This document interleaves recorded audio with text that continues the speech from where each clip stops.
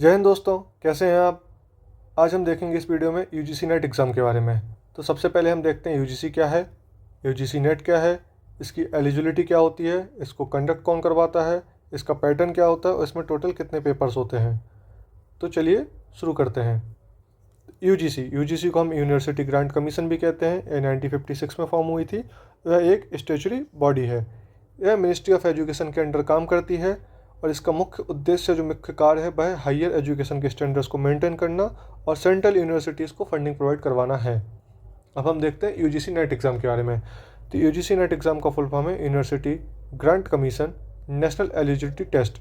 यह exam National Testing Agency के द्वारा करवाया जाता है, जिसको हम शॉर्ट में एनटीए भी कहते हैं। इसमें टोटल 83 सब्जेक्ट्स कवर होते हैं, जैसे कि public administration, political science, history, geography, sociology.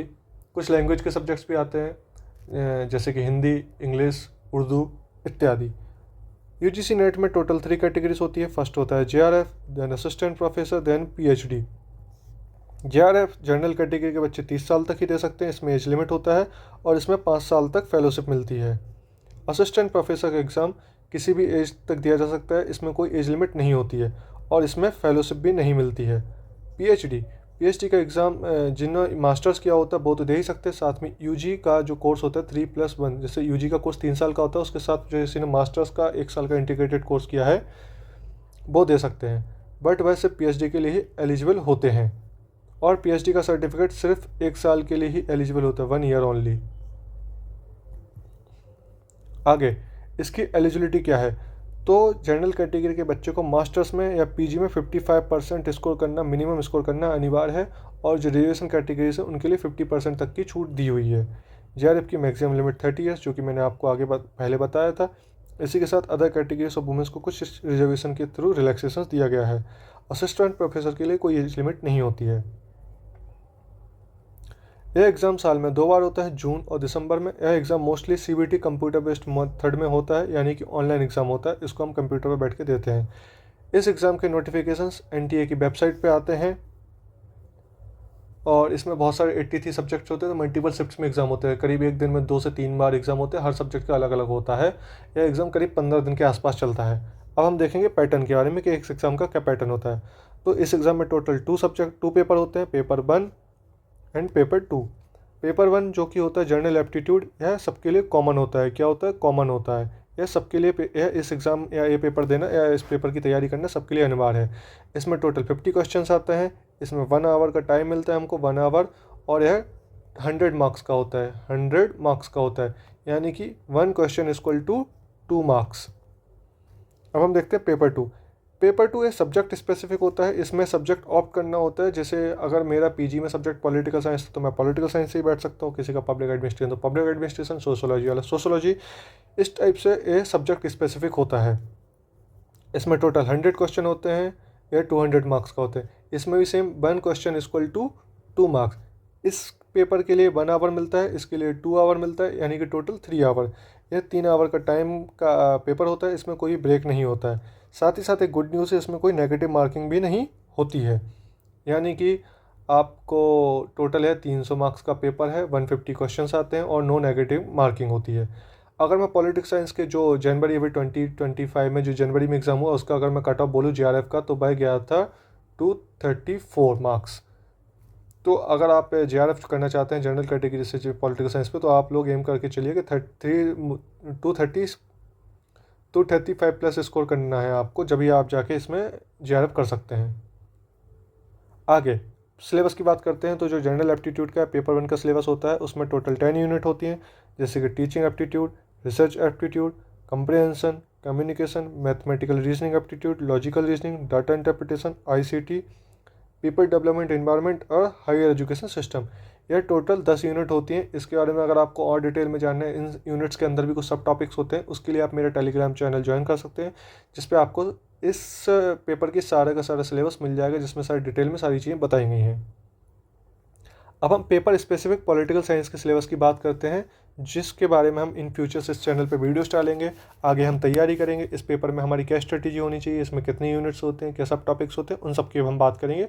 साथ ही साथ हम देखेंगे पॉलिटिकल साइंस एग्ज़ाम या यूजीसी नेट करने से किन को बेनिफिट हो सकता है, किन को एग्ज़ाम की तैयारी करनी चाहिए, सारी चीज़ें। तो पहले हम सिलेबस डिस्कस करते हैं, इसके बाद हम सारी चीज़ों को आगे देखेंगे।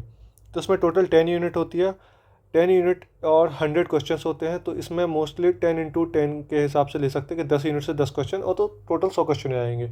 बट इसमें हम किसी भी यूनिट को छोड़ नहीं सकते, हमको सारी यूनिट्स कवर करके चलनी है, क्योंकि पैटर्न का जो पेपर का पैटर्न कोई फाइनलाइज नहीं है। कभी किसी यूनिट से 10 तो किसी यूनिट से 15 तो 20 क्वेश्चन भी हो जाते हैं, और किसी किसी यूनिट को कई बार इग्नोर भी कर दिया जाता है। सपोज़ आपने इंडियन पॉलिटिकल थाट तैयार किया, शायद उससे कोई क्वेश्चन ही नहीं आए।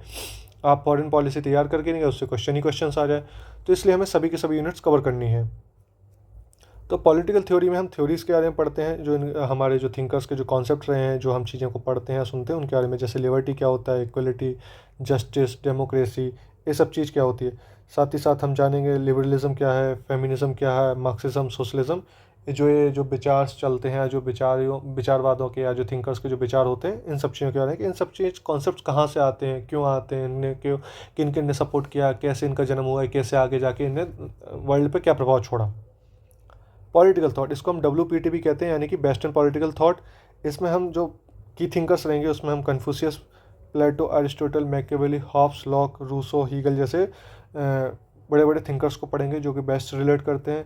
Karl Marx, Gramsci, John Rawls, Mao Zedong, इन सब को हम पढ़ेंगे। इन सब की जो थ्योरीज थी या जो इनकी थिंकिंग थी, इनने भी इनका क्या प्रभाव रहा, आज हम इनको कहाँ कैसे क्या देखते हैं, इनको देखेंगे।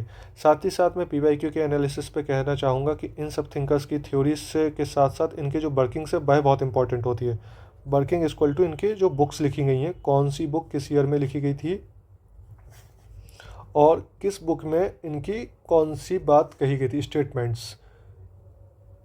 इसके लिए हम PYQ क्वेश्चंस का एनालिसिस करेंगे। PYQ क्वेश्चंस के लिए हम टेलीग्राम चैनल पे गूगल फॉर्म के थ्रू टेस्ट किया करेंगे, हमारे वीकली टेस्ट हुआ करेंगे, डेली टेस्ट भी हुआ करेंगे। तो वो सब चीज़ें हम इन फ्यूचर प्लान कर रहे हैं इस चैनल पे। आगे IPT, इंडियन पॉलिटिकल थॉट, इसमें हम धर्मशास्त्र, कौटिल्य के बारे में जानेंगे, बर्नी के बारे में, कबीर के बारे में, पंडित रमाबाई, बाल गंगाधर तिलक, स्वामी विवेकानंद, रविंद्रनाथ टैगोर, महात्मा गांधी, अरविंदो, पेरियार, जवाहरलाल नेहरू, भीमराव अम्बेडकर, दीनदयाल उपाध्याय, इन सब जैसे महान विचारक दार्शनिकों के बारे में हम पढ़ेंगे और जानेंगे कि इनकी थिंकिंग ने क्या हमारे देश पे, हमारी पॉलिटिक्स में, हमारी डेली लाइफ में क्या इम्पैक्ट छोड़ा है। इनका भी सेम पैटर्न देखने को मिलता है कि PYQ में हमने जो ऑब्जर्व किया है, स्टेटमेंट्स, इनकी वर्किंग्स, इनकी बुक्स, इन सब चीज़ों को हम कवर करेंगे। अब हम आते हैं कंपेरेटिव पॉलिटिक्स एनालिसिस। ये हमारी चौथी यूनिट है। इसमें हम देखेंगे पॉलिटिकल कल्चर क्या होता है, पॉलिटिकल इकोनॉमी क्या होती है, इसमें कॉलोनिज्म क्या होता है, डीकॉलोनाइजेशन क्या होता है, नेशनलिज्म क्या होता है, स्टेट थ्योरी क्या है। इन सब टॉपिक्स को हम कवर करने वाले। तो अगली यूनिट हमारी इंटरनेशनल रिलेशन। इसमें हम जानेंगे कि स्टेट किसे कहते हैं, सोवरेनिटी क्या होता है, पावर क्या होता है, स्टेट का कॉन्सेप्ट क्या है, स्टेट कैसे बनता है, इसमें सिक्योरिटी का क्या इंपॉर्टेंस होती है, नॉन स्टेट एक्टर्स किसे कहते हैं। साथ ही साथ हम जानेंगे इंपॉर्टेंट ऑर्गेनाइजेशन के बारे में, ग्रुपिंग्स के बारे में, जैसे कि G20 ग्रुपिंग में G7 किसे कहते हैं, जो रीजनल ऑर्गेनाइजेशंस होते हैं, यूरोपियन यूनियन क्या है, अफ्रीकन यूनियन क्या है, SCO क्या है, आसियान क्या है, जो इंपॉर्टेंट ऑर्गेनाइजेशन है, यूनाइटेड नेशंस क्या है, WTO वर्ल्ड ट्रेड ऑर्गेनाइजेशन क्या है, इन सब चीज़ों को देखेंगे। साथ ही साथ हम देखेंगे ग्लोबल चैलेंजेस, टेररिज्म का क्या इम्पैक्ट पड़ता है, क्लाइमेट चेंज को हम कैसे टैकल कर सकते हैं, ह्यूमन राइट्स क्या होते हैं, माइग्रेशन का कैसे होता है, क्यों होता है, और इनके पीछे क्या इंपॉर्टेंट फैक्टर्स होते हैं। अगला यूनिट है हमारा इंडियन फॉरेन पॉलिसी। इसमें हम देखेंगे कि हमारे नॉन अलाइनमेंट मूवमेंट की जो बात थी, इसको किसने स्टार्ट किया था, किसने इसको आगे बढ़ाया था, इंडिया की न्यूक्लियर पॉलिसी कैसी है, इंडिया के रिलेशंस कैसे हैं उनके नाइबर नेशंस के साथ, इंडिया की जो रिलेशंस कैसे हैं दुनिया के वर्ल्ड पावर्स के साथ, जैसे USA के साथ हमारे क्या रिलेशन है, चाहे रसिया के साथ हमारे क्या रिलेशन है, चाइना के साथ हमारे क्या रिलेशन है।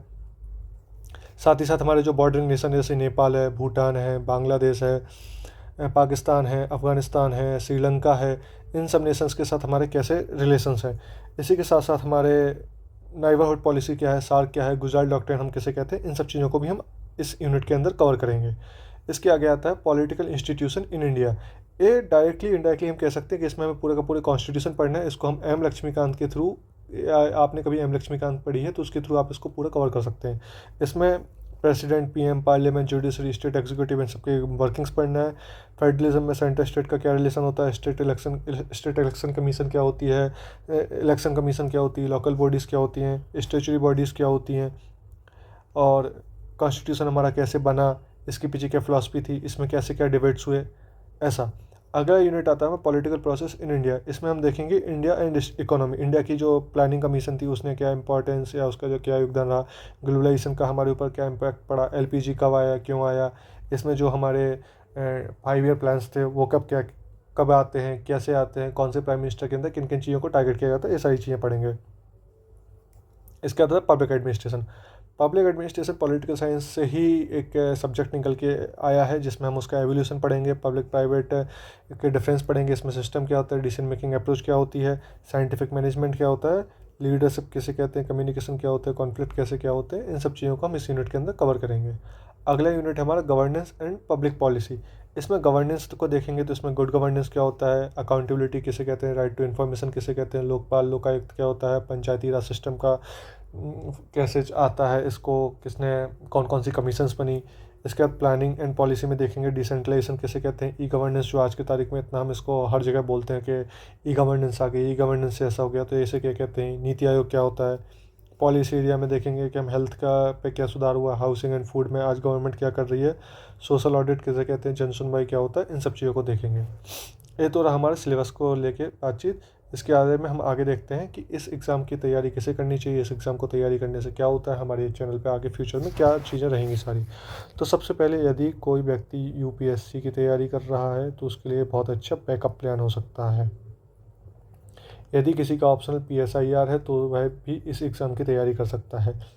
अब जो व्यक्ति यूजीसी नेट की एग्ज़ाम की तैयारी करता है तो वो के साथ में कौन सी एग्ज़ाम और दे सकता है, तो बस सेट और स्लेट की एग्ज़ाम दे सकता है। अब आप बोलेंगे इन एग्ज़ाम को देने से क्या होता है, तो आप जो गवर्नमेंट की जो असिस्टेंट प्रोफेसर की है, सेंट्रल गवर्नमेंट की असिस्टेंट प्रोफेसर की जो वैकेंसी निकलती हैं, आप उनमें एग्ज़ाम देने के लिए एलिजिबल हो जाते हैं। इसके साथ साथ आप प्राइवेट एंड गवर्नमेंट किसी भी इंस्टीट्यूट में आप पढ़ा सकते हैं कॉन्ट्रैक्ट बेसिस पे, जिसमें आपको एक अच्छा पे मिल जाएगा। इसी के साथ साथ आप जो गवर्नमेंट की पीएसयूज होती हैं, Maharatna and mini Ratna company होती हैं, आप उनमें भी कॉन्ट्रैक्ट बेसिस पर वर्क कर सकते हैं। इसके बाद जो बड़े बड़े ट्रस्ट होते हैं, ऑर्गेनाइजेशंस होती हैं, एनजीओस होते हैं, उनके अंदर भी आप काम कर सकते हैं। साथ ही के साथ आप पॉलिसी मेकिंग भी आप अपना योगदान दे सकते हैं, पॉलिसी मेकिंग में आप अपना योगदान दे सकते हैं। रिसर्च में आप आगे बढ़ सकते हैं, आप रिसर्च में आप अपने पेपर्स पब्लिश करवा सकते हैं, आप पीएचडी कर सकते हैं, आप एक बहुत बड़े समाज को एक बहुत बड़ा योगदान दे सकते हैं। इसके बाद आता है आप एमपीपीएससी यूपीएससी, जैसे आप अपने किसी स्टेट पीएससी की तैयारी कर रहे हैं तो उसके लिए भी एक अच्छा ऑप्शनल है।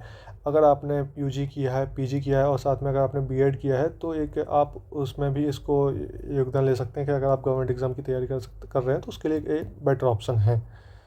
हाँ, अब आपको ये तो हो गया इस पेपर की तैयारी क्यों करनी चाहिए, कौन करते हैं, कैसे करते हैं। अब आपको हम अपने इस चैनल पे क्या करेंगे, तो इस चैनल पे सब्जेक्ट स्पेसिफिक पॉलिटिकल साइंस की वीकली हर वीकेंड पे एटलीस्ट एक वीडियो तो आपको सब्जेक्ट से रिलेटेड मिलेगी ही मिलेगी, ये मेरा आपसे प्रॉमिस है।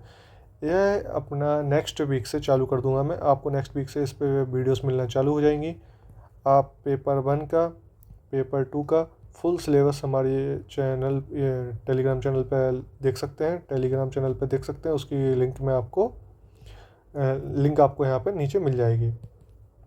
इसके बाद इन फ्यूचर हमारी क्या प्लानिंग है, तो हमारा प्लान है अभी जैसे जून में एग्ज़ाम होने वाला है तो जून तक हमारा ऐसा है कि हम जितना सब्जेक्ट सिलेबस कवर करवा देंगे वो तो करवा ही देंगे। हमारा मेन एग्ज़ाम है दिसंबर तक फुल सिलेबस कवर होगा हमारा इस चैनल पर, जो कि free of cost syllabus cover रहेगा हमारा पूरा। इसके बाद आपको टेस्ट सीरीज़ मिलेगी, टेस्ट सीरीज़ वीकली हुआ करेगी एंड डेली बेसिस पे भी हुआ करेगी, जो कि गूगल फॉर्म के बेस में रहेगी। इसकी लिंक आपको टेलीग्राम पे रहेगी। इसकी जो आगे की इन्फॉर्मेशन अपडेट्स होंगे वो आपको टेलीग्राम चैनल पे मिल जाएंगे। इसी के साथ मैं आपसे विदा लेना चाहूँगा। आपका कोई फीडबैक रहता है, कोई सुझाव रहता है, आप इस चैनल में या इस सब्जेक्ट में, आप इस वीडियो में, इन फ्यूचर प्लानिंग में कुछ भी आप सुधार करवाना चाहते हैं, कुछ सजेशन देना चाहते हैं, तो आप प्लीज़ अपना वैल्यूबल कमेंट हमें दीजिए। आप मुझे टेलीग्राम पे ही मैसेज कर सकते हैं, इस वीडियो के नीचे भी कमेंट कर सकते हैं। थैंक यू सो मच, आपने इतनी देर तक हमें सुना, आपने देखा, उसके लिए धन्यवाद। Thank you so much. जय हिंद, जय भारत।